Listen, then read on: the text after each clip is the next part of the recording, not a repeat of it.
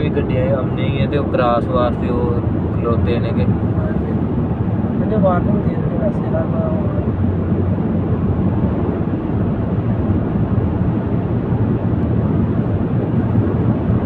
ਦੇਖ ਲਓ ਅੱਲਾ ਦੀ ਕੁਦਰਤ ਜ਼ਮੀਨ ਵੇਖ ਲਓ ਤੇ ਜ਼ਮੀਨ ਤੇ ਆ ਤਾਂ ਜ਼ਮੀਨ ਹੀ ਜ਼ਮੀਨ ਹੈ, ਸਮੁੰਦਰ ਹੈ ਸਮੁੰਦਰ। ਹਾਲਾਂਕਿ ਸਮੁੰਦਰ 3/2 ਹੈ।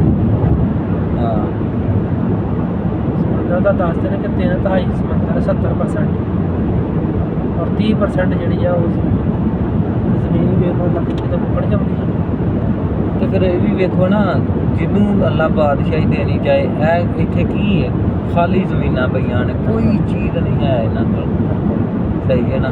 ਤੇ ਇਹ ਰਾਜ ਕਰਦੇ ਨੇ ਪਏ, ਉਹ ਜਿਨ੍ਹਾਂ ਦੇ ਉਂਝ ਜਿਹੜੀ ਬੈਠੀ ਵੇਠ ਕਰਦੇ ਨਾ, ਉਹਨੇ ਕੋਈ ਬੀ ਖਾਧਾ ਹੋਏ ਤੇ ਜਿੱਥੇ ਹੋ ਪੈਂਦਾ ਫਸਲ ਹੋ ਪੈਂਦੀ, ਜੋ ਵੀ ਉਹਨੇ ਖਾਧਾ ਹੋਏ, ਅਗਰ ਬੀ ਨਾ ਹਜ਼ਮ ਹੋਇਆ ਤੇ ਉੱਗ ਪੈਂਦਾ। ਉਸ ਮੁਲਕ ਦੇ ਵਿੱਚ ਆਵਾਮ ਰੁਲਦੀ ਹੈ ਬਈ। ਅਸਲ 'ਚ ਜਿਹੜੇ ਜਿੱਥੇ ਇਨਸਾਫ ਨਹੀਂ ਨਾ ਹੁੰਦਾ, ਅੱਲਾ ਉਹ ਬੜੀ ਜਲਦੀ ਉਸ ਕੌਮ ਨੂੰ ਉਸ ਜਗ੍ਹਾ 'ਤੇ ਅਜ਼ਾਬ ਲਿਆਉਂਦਾ, ਗਰਕ ਕਰ ਦਿੰਦਾ। ਫਿਰੌਨ ਕਿਉਂ ਇੰਨੀ ਦੇਰ ਰਿਹਾ, ਆਪਣੇ ਇਨਸਾਫ ਦੀ ਵਜ੍ਹਾ ਤੋਂ ਬਚਿਆ ਰਿਹਾ ਸੀ ਇੰਨੀ ਦੇਰ। ਐਵੇਂ ਹਰ ਕਿਸੇ ਨਾਲ ਜ਼ਿਆਦਤੀ ਨਹੀਂ ਕਰਨ ਲੱਗ ਪਏ।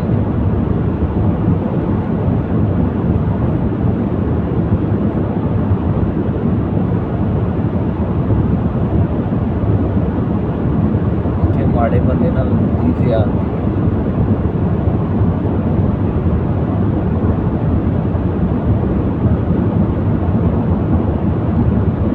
ਤੁਸੀਂ ਖੁਦ ਹਿਸਾਬ ਲਾਓ ਕਿ ਅਗਰ ਕੋਈ ਮਤਲਬ ਸ਼ਰਮ ਹਯਾ ਵਾਲਾ ਬੰਦਾ ਹੋਏ, ਇੱਕ ਤਾਂ ਉਹਨੂੰ ਬਿਜ਼ਨਸਮੈਨ ਮੰਗਣ ਵਾਲੇ ਉਹ ਨਹੀਂ, ਜਿਹੜਾ ਥੋੜ੍ਹਾ ਜਿਹਾ ਸ਼ਰਮ ਹਯਾ ਵਾਲਾ ਮਜਬੂਰ ਹੈ, ਉਹ ਰਲ ਨਹੀਂ, ਬੁੱਢਾ ਹੈ, ਵਡੇਰੀ ਭਾਈ ਹੈ, ਕੋਈ ਬੇਵਾ, ਕੋਈ ਆਸਰਾ ਨਹੀਂ, ਉਹਨੇ ਸੁਬਾਹ ਸੈਰੀ ਕਰਨੀ ਹੈ, ਸੈਰੀ ਕਰਕੇ ਤੇ ਸੋਚਣਾ ਅੱਜ ਆਹ ਫਲਾਣੀ ਜਗ੍ਹਾ ਤੇ ਆਟਾ ਵੰਡਣਾ, ਗੌਰਮੈਂਟ ਨੇ ਤੇ ਮੰਗਣ ਜਾਣਾ,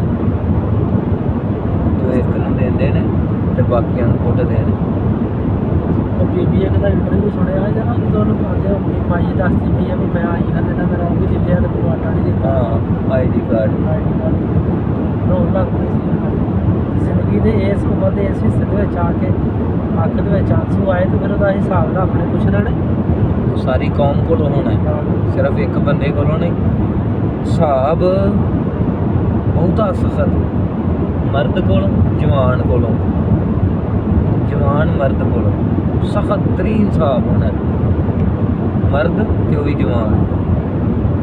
ਕਿ ਦੱਸ ਤੂੰ ਮੁਸਲਮਾਨ ਹੈ, ਤੂੰ ਇਸਲਾਮ ਕਬੂਲ ਕੀਤਾ, ਤੂੰ ਬਗੈਰਤ ਇਨਸਾਨ ਕੀ ਕੀਤਾ?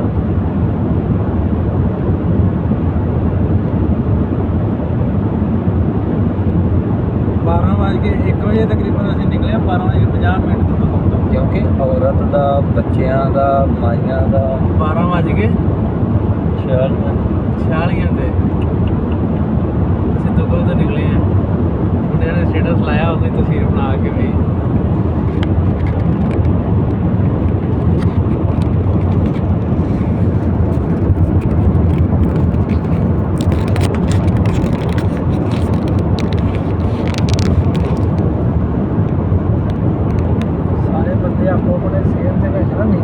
ਕਰ ਲਓ ਕਿ ਤੁਸੀਂ ਉਸ ਜਗ੍ਹਾ 'ਤੇ ਚੱਲੇ ਹੋ ਕਿ ਜਿੱਥੋਂ ਬੰਦਾ ਦੁਦਕਾਰਿਆ ਨਹੀਂ ਜਾਂਦਾ, ਜਿੱਥੇ ਹਰ ਸ਼ੈ ਬੰਦੇ ਨੂੰ ਮਿਲਦੀ ਹੈ, ਆਪਣੀ ਜਾਇਜ਼ ਖਵਾਹਿਸ਼ਾਤ, ਜਾਇਜ਼ ਤੁਹਾਡੀ ਤਲਬ ਜਿੰਨੀਆਂ ਵੀ ਹੈ ਤੇ ਜ਼ਰੂਰੀਆਤ ਉਹ, ਪਲੱਸ ਉਸ ਤੋਂ ਬਾਅਦ ਤੁਹਾਡੀ ਜਿੰਨੇ ਵੀ ਤੁਸੀਂ ਅਮਾਲ ਆਪਣੇ, ਹਰ ਬੰਦੇ ਨੂੰ ਆਪਣਾ ਪਤਾ ਹੁੰਦਾ, ਜਿਹਨੇ ਪੰਜ ਬੰਦਾ ਝਾਂਕੇ ਨਾਲ ਹਰ ਬੰਦੇ ਨੂੰ ਆਪਣਾ ਪਤਾ ਹੁੰਦਾ ਕਿ ਯਾਰ ਮੇਰੇ ਅੰਦਰ ਕਿਹੜੀ ਬੁਰਾਈ ਹੈ, ਮੇਰੀ ਕਿਹੜੀ ਨੇਕੀ ਹੈ ਜਾਂ ਕਿਹੜੀ ਬੁਰਾਈ ਹੈ ਬੰਦੀ ਮੈਂ ਕੀਤੀ। ਉਹ ਸਾਰੀਆਂ ਯਾਦ ਕਰਕੇ ਕੱਲੀ ਕੱਲੀ ਉਹਦੀ ਮਗਫਰਤ ਮੰਗ ਕੇ ਆਓ, ਉਹਦੀ ਤੋਬਾ ਕਰਕੇ ਆਓ ਸੱਚੇ ਦਿਲ ਨਾਲ। ਕੁਰਾਨ ਪਾਕ ਦੇ ਵਿੱਚ ਅੱਲਾਹ ਤਾਲਾ ਨੇ ਬੇਸ਼ੁਮਾਰ ਦਫਾ, ਜਦੋਂ ਤੁਸੀਂ ਤਫਸੀਰੀਆ ਤਰਜਮੇ ਨਾਲ ਪੜ੍ਹਦੇ ਹੋ ਨਾ, ਬੇਸ਼ੁਮਾਰ ਜਗ੍ਹਾ 'ਤੇ ਰੱਬ ਨੇ ਇਸ ਚੀਜ਼ ਦਾ ਦੱਸਿਆ ਹੈ ਕਿ ਜਿਹੜਾ ਬੰਦਾ ਸਿਦਕੇ ਨੀਅਤ ਨਾਲ, ਸੱਚੇ ਦਿਲ ਨਾਲ ਮੇਰੇ ਕੋਲ ਤੋਬਾ ਕਰਦਾ ਤੇ ਮੈਂ ਉਹਨੂੰ ਮਾਫ ਕਰਨ ਵਾਲਾ, ਉਹਦੇ ਜਿਹੜੇ ਗੁਨਾਹ ਨੇ ਉਹ ਸਮੁੰਦਰ ਦੀ ਝੱਗ ਦੇ ਬਰਾਬਰ ਹੀ ਕਰਾਉਣਾ। ਇਸ ਵਾਸਤੇ ਜੋ ਵੀ ਕਿਸੇ ਨੇ ਜੋ ਵੀ ਕੀਤਾ ਆਪਣੇ ਸਿਹਤ ਦੇ ਵਿੱਚ, ਉਹਨੂੰ ਸੋਚੋ ਉਹ ਸਾਰੀਆਂ ਗਲਤੀਆਂ ਕੋਤਾਹੀਆਂ ਜਿੰਨੀਆਂ ਵੀ ਨੇ ਸਿੱਧੇ ਦਿਲ ਨਾਲ ਉਹਦੀ ਮਾਫੀ ਮੰਗ ਕੇ ਆਓ ਕਿ ਰੱਬਾ ਜੋ ਪਿੱਛੇ ਹੋ ਗਿਆ ਸੋ ਹੋ ਗਿਆ, ਅੱਗੋਂ ਮੈਂ ਨਹੀਂ ਕਰਨਾ। ਸਮਝ ਲਓ ਕਿ ਕਿਸੇ ਦੀ ਉਮਰ 30 ਸਾਲ ਹੈ, ਕਿਸੇ ਦੀ 35 ਹੈ, ਕਿਸੇ ਦੀ 28 ਹੈ, ਕਿਸੇ ਦੀ 27 ਹੈ, ਤੇ ਤੁਹਾਡੇ 27 ਸਾਲ ਦੇ 25 ਸਾਲ ਦੇ 30 ਸਾਲ ਦੇ ਗੁਨਾਹ ਜਿਹੜੇ ਨੇ ਉਹ ਤੋਂ ਪਿਆਰੇ ਨੇ, ਔਰ ਇਹਦੇ ਵਿੱਚ ਕੋਈ ਦੋ ਰਾਏ ਨਹੀਂ ਹੈ। ਕਿਉਂਕਿ ਜਿਹੜੇ ਬੰਦੇ ਦੀ ਮਗਫਰਤ ਮਾਫੀ ਹੁੰਦੀ ਹੈ ਨਾ, ਉਹਨੂੰ ਹੀ ਬੁਲਾਵਾ ਹੁੰਦਾ। ਕਈ ਐਸੀਆਂ ਮਿਸਾਲਾਂ ਨੇ ਸਾਡੇ ਕੋਲ ਕਿ ਕਈ ਦਫਾ ਦੋਸਤ ਸਾਡੇ ਬਾਰਡਰ ਤੋਂ ਵਾਪਸ ਗਏ। ਮੈਂ ਨਾ ਉਹ ਕਾਸ਼ਮ ਪਿੰਡ ਆ, ਉਹ ਵਿਚਾਰਾ ਹੁਣ ਉਹਨੇ ਜਾਣਾ ਜੀ ਇਹ ਦੂਸਰੀ ਦਫਾ ਪਹਿਲਾਂ ਕੀ ਹੈ? UM ਹਾਂਜੀ UMMRAH ਵੀ ਲਿਖਦੇ ਨੇ ਤੇ UMRAH ਵੀ ਲਿਖਦੇ UMM RH।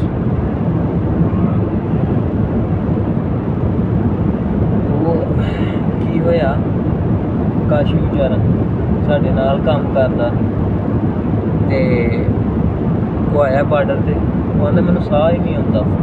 ਉਹ ਜਦੋਂ ਅੱਗੇ ਨੂੰ ਤੁਰਨ ਲੱਗਦਾ ਉਹਨੂੰ ਸਾਹ ਹੀ ਨਹੀਂ ਆਉਂਦਾ। ਛੋਟਾ ਸਾ ਪੁੱਛੋ ਮੈਨੂੰ ਯਾਰ ਚਾਲ ਕਰਨਾ ਟਾਈਮ ਵਾਲਿਆ ਤੇ ਉਹਨੂੰ ਸਾਹ ਹੀ ਨਹੀਂ ਉਸ ਬੰਦੇ ਨੂੰ ਆਉਂਦਾ ਨਾ। ਫਿਰ ਉੱਥੋਂ ਐਂਬੂਲੈਂਸ 'ਚ ਪਾਇਆ ਉਹਨਾਂ ਨੇ, ਵਾਪਸ ਆਏ ਨੇ ਤੇ ਆਉਂਦਾ ਹੁਣ ਮੈਂ ਠੀਕ ਹਾਂ, ਉਹ ਸਾਰਾ ਕੁਝ ਲਾ ਦਿੱਤਾ ਉਹਨਾਂ। ਹਾਂ ਲੇਕਿਨ ਜਦੋਂ ਉੱਧਰ ਨੂੰ ਜਾਂਦਾ ਮੈਨੂੰ ਸਾਹ ਹੀ ਨਹੀਂ ਆਉਂਦਾ, ਸਾਂਸ ਲੈਣ ਦੀ ਮੁਸ਼ਕਲ। ਸਹੀ ਹੈ ਨਾ, ਇਹ ਹੁਣ ਹੈ ਉਹਨੇ ਨਾਲ ਆਉਣਾ, ਐਸ ਦਫਾ ਵੀ ਇਸ ਦਫਾ ਵੀ ਉਹਨੇ ਨਾਲ ਆਉਣਾ। ਸਹੀ ਹੈ ਨਾ, ਤੇ ਉਹਦੇ ਕੋਈ ਵੀਜ਼ੇ ਦਾ ਇਸ਼ੂ ਬਣ ਗਿਆ, ਤਨਾਗਲ ਕਰਨ ਡਿਆ ਸੀ, ਤਨਾਗਲ ਰਿਕੁਐਸਟ ਪਾਈ, ਐਕਸੈਪਟ ਹੋ ਗਈ ਹੈ, ਲੇਕਿਨ ਪਤਾਕਾ ਨਹੀਂ ਹੈ ਲੱਗਾ। ਕੱਲ੍ਹ ਦਾ ਉਹਨੇ ਫੋਨ ਕੀਤਾ ਕਿ ਯਾਰ ਮੇਰਾ ਤੇ ਇਹ ਮਸਲਾ ਹੈ, ਮੈਂ ਕੀ ਕਰਾਂ। ਮੈਂ ਕਿਹਾ ਕੋਈ ਗੱਲ ਨਹੀਂ, ਤੂੰ ਨਹੀਂ ਹੋਣਾ ਤੇ ਨਾ ਆ, ਤੇਰੀ ਮਰਜ਼ੀ।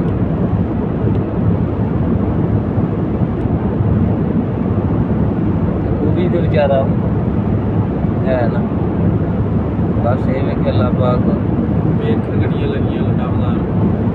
ਇਹ ਸਾਰੇ ਵੀਡੀਓ ਦੇ ਅੰਦਰ ਇੱਥੇ ਆ ਕੇ ਇੱਕ ਮਨ ਨਿਕਲ ਜਾਵੇ ਨਾ, ਸੇਲ ਮੰਡੀ ਨਹੀਂ ਲੱਗੀ ਹੁੰਦੀ ਜੀ। ਹਾਂ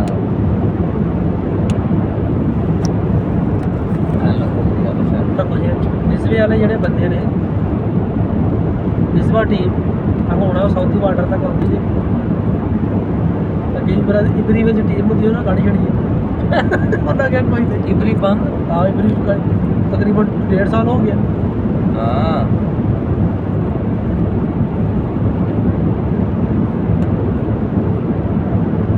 1.5 ਸਾਲ ਹੋ ਜਾਂਦੇ।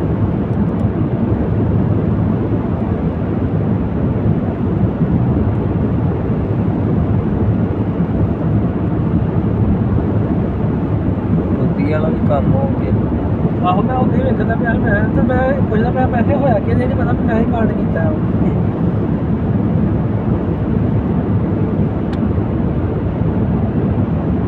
ਯਾਦ ਹੀ ਨਹੀਂ ਰਿਹਾ। ਮੈਂ ਨਾ ਰਸਤੇ ਵਿੱਚ ਸੁੱਟਣ ਲੱਗਾ ਸੀ ਇੱਕ ਦੋ ਦਫਾ ਕੰਮ, ਫਿਰ ਮੈਂ ਸੋਚਿਆ ਗੱਡੀ ਤੇਜ਼ ਆ, ਸੁੱਟਾਂਗਾ ਬਾਹਰ, ਗੱਡੀ ਤੇ ਸਾਰੀ ਉਚਾਈ ਖਰਾਬ ਕਰੇਗੀ। ਫਿਰ ਮੈਂ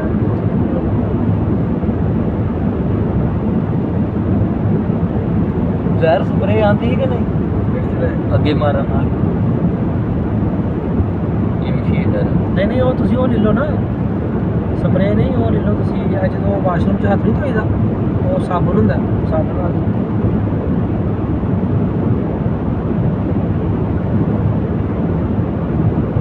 ਸਪੰਜ ਲੈ ਕੇ ਨਾ ਉਹਦੇ ਨਾਲ ਸਾਬਣ ਆਹ ਅਕਸਰ ਉਹਨਾਂ ਨੇ ਉਹੀ ਮਾਰਿਆ ਹੁੰਦਾ ਜਰਾ, ਤੇ ਇੱਥੋਂ ਸੌਦੇ ਇੱਕ ਮਿੱਟੀ ਪੈਂਦੀ ਹੈ ਨਾ, ਉਹ ਰੰਗ ਇੰਨਾ ਹੋ ਜਾਂਦਾ। ਤੇ ਇੱਥੋਂ ਜਿਹੜਾ ਉਹ ਲੈਂਦੇ ਆ ਬਾਰਡਰ ਦੇ ਵਾਸ਼ਰੂਮਾਂ 'ਚ ਜਾ ਕੇ ਤੇ ਲਾ ਦਿੰਦੇ ਆ।